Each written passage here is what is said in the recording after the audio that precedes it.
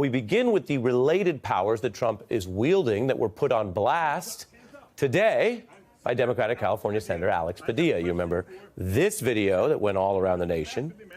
Today, he gave an unusual address on the Senate floor about that forcible removal at the DHS press conference. Padilla using a special moment in this unusual Senate floor speech to say President Trump is acting like a, quote, tyrant. Throughout this country's history, we've had conflict, we've had tumult, but we've never had a tyrant as a commander-in-chief. How many Americans in the year 2025 see a vindictive president on a tour of retribution, unrestrained by the majority of this separate and co-equal branch of government, and wonder if it's worth it to stand up or to speak out? No one will redeem America but Americans. No one is coming to save us but us. No one's coming to save us but us. Padilla stepping up to what might be a different role that started when he had that confrontation at the DHS event, presenting himself as a possibly different kind of Democrat, trying to meet this moment against the backdrop of these unusual displays of force and those protests mentioned. Now, let's be clear about the contrast to his pinning to the ground and handcuffing by those federal agents, which now more people may have seen him in that moment than anything else he might have done in his public career. Well, today he spoke in contrast to that moment. He spoke from the ornate Senate floor, the very seat of his actual elected power, co-equal branch of government, which oversees the department that employs the agents who actually manhandled him to the ground. That's different than how he looked the other day. And while the other day's confrontation did seem to escalate quickly, it did seem somewhat unexpected, including for Padilla, who discussed aspects of that on MSNBC. He spoke to Jacob Soboroff and me that night. So I mention that because that was sort of unexpected, and both sides referred to it because the DHS folks, in their statements defending it, sort of tried to act like, well, this all kind of popped up in the moment. And that's a contrast to today.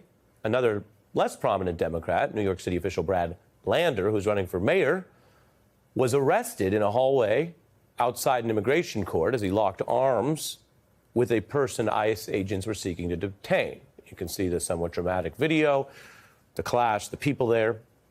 Now, this has drawn notice and comparisons, but it's actually distinct from Padilla's interaction. And if Democrats or other activists are courting more direct clashes like this, including with federal agents, it may reflect that some in today's evolving resistance want chances to do civil disobedience, or in their view, to highlight what they see as an overreach of federal agents under the Trump administration. And by the way, that has a long tradition in America. But it's also factually and legally different from a situation where you might think or observe that agents are openly seeking these clashes or even escalating these moments on their own. DHS says that Lander basically impeded a law enforcement officer. That's a potential crime. No charges have yet been brought. Judicial warrant. You have a judicial warrant. You have a judicial warrant. Had I seen the judicial warrant? Had I seen the warrant? I will let go when you show me the judicial warrant. Where is it? Where is the warrant? I have my hand here. I would like to see the warrant.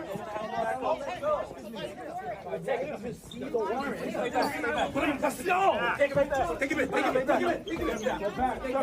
back. Step back. You don't have authority. You don't have authority to arrest U.S. citizens. Sir, you don't have the authority to arrest U.S. citizens. You can see Lander there speaking. You can see, by the way, that video was released by his office. And he is a candidate right now running for mayor. All of that is context. But you can also see what looks like quite a difficult scenario for everyone involved. And so we are witnessing in kind of real time how these things are going down. I mentioned the long history of civil disobedience, not to say it's exactly the same, but the civil rights movement, a lot of black and brown activists and allies of those movements did all of these kind of things, the sit-ins and efforts sometimes to be arrested, going in knowing you're going to be arrested.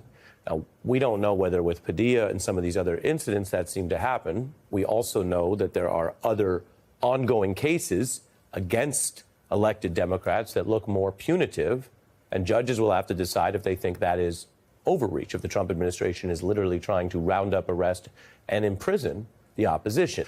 I also want to turn to the important but somewhat more dry process as promised inside that appeals court in California. The panel of judges hearing arguments over Trump's federalization of the National Guard and DOJ lawyers defending how Trump called up those forces. Our view is that this statute commits the decision whether to call up the forces to the president's unreviewable discretion. So no, there's no role for the court to play in reviewing that decision. No role at all, even if the president gives no reasons and there are no facts offered by that president to support that president's decision.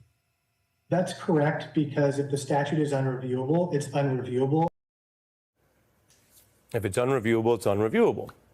Now, this is not one of those out-of-bounds bananas arguments that we sometimes hear in these court cases, even if it does sound pretty stark.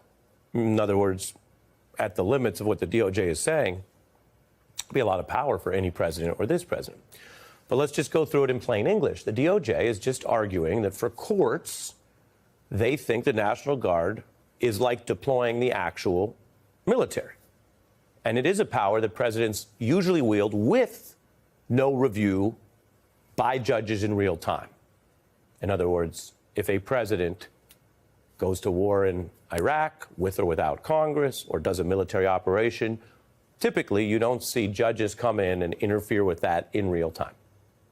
Now, California has the counter argument that the National Guard is different and different than the military precisely because it involves a dueling power of the state. And under that thing called federalism, states do have everything you know about when you live in a state. Even if you're not like the biggest government expert, you probably look around and know, yeah, we have this state government, right? Local police, not federal agents. The FBI is not on your, subway or pulling you over on the highway usually. And you have your governor, and you have rules that are written in that state and your own law enforcement. All of that is state power, and that America, according to governors like Gavin Newsom and the lawyers he sent to argue this case today, America's never been run completely out of D.C. with no regard for that structure. It should also consider the profound effect on our federal structure of government and the balance of power between states and the federal government. Our framers made the decision, it's reflected in the text of Article 1's militia clauses, to generally leave to state governments control over the militia, today the National Guard. That's the California counterargument. And I'll just tell you straight up, this is one of those times where both arguments are decent, because the military is a bigger deal, and that is not reviewable, to use the jargon, or not something the judges are messing with day to day. But on the California side, yeah, the state has power.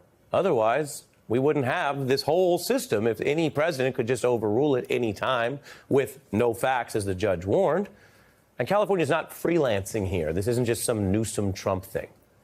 There's a cornerstone in the United States democracy on separation of powers and a state system of powers. It's very striking, by the way, that we just had these protests about no kings, because one of the ways the founders originally wanted to ward off the king-like power from the very top of the government to send your agents in anywhere in the country was that they would have localized powers, state powers, federalism, to distinguish the U.S. from the kings of England. Our nation cannot bind together without powerful central government. But we must also accommodate the needs of our constituent states. The power of one must check and balance the other. States balance the federal power. You can believe John Adams or Paul Giamatti's version of John Adams, which I gotta believe is as charismatic or more so. And anybody who knows anything about power knows that at the end of the day, it's not about what's written in the little books and the rules, precedents. Power is about power, which comes down to the guns and the arms. We're a country that's had many big debates about that. But the state power is that you have police and National Guard under the state governor. They really do control law enforcement and safety in their respective states, not the FBI most of the time. And if you do want to put on a political hat here tonight as we make sense of all these related controversies, for a very long time in the modern era, it was Republican leaders who said a lot about respecting state power, which Donald Trump obviously isn't. He's in court today trying to overrule a governor on the National Guard. Reagan warned against all of that kind of federal power aggrandizement. We must remove government's smothering hand from where it does harm. We must seek to revitalize the proper functions of government. But we do these things to set loose again the energy and the ingenuity of the American people. The people through the states and their local government first, and the feds as a last resort. That was Reagan Republican politics. Trump has a very different idea, federalizing the troops, aggrandizing his power, unilateral authority, and telling the courts to back out. Now, there's talk about the reasoning. The law in question actually requires an invasion or rebellion. The president would deploy the Guard only in those cases. And if Donald Trump gets his way, then maybe this statute sort of fades away and an order favoring Trump would empower him to use the Guard not only in California, but if he wins this case and it's open season, in every state in the land. And that would be whether John Adams likes it or not.